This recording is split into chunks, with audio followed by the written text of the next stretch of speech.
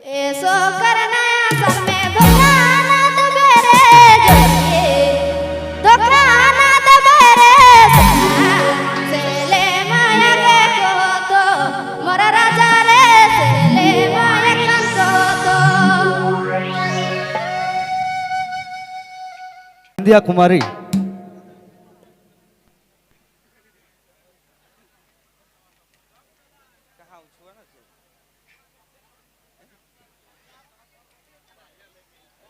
बिंदिया कुमारी लेट रखे करेक एक जोड़ा गीत उकर बाद हम बुलाए चाहब अनीस महली के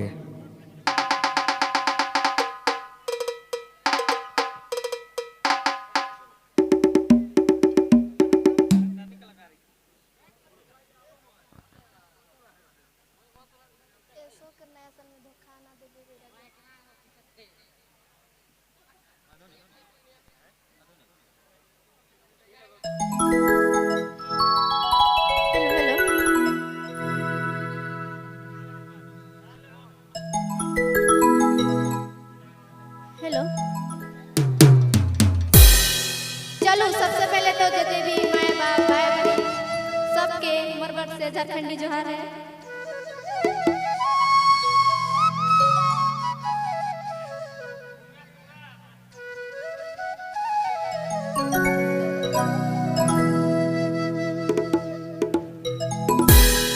ऐसो करना असल में राजा ऐसो करना असल में धोखा ना दबे रे जोड़ी धोखा ना दबे रे सोना सेले माया के को तो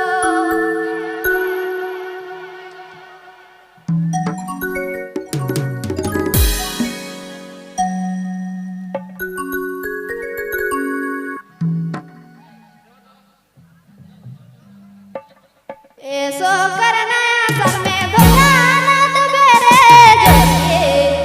धोखा ना दबे रे सोना सेले माया के को तो मोरा राजा रे सेले माया के को तो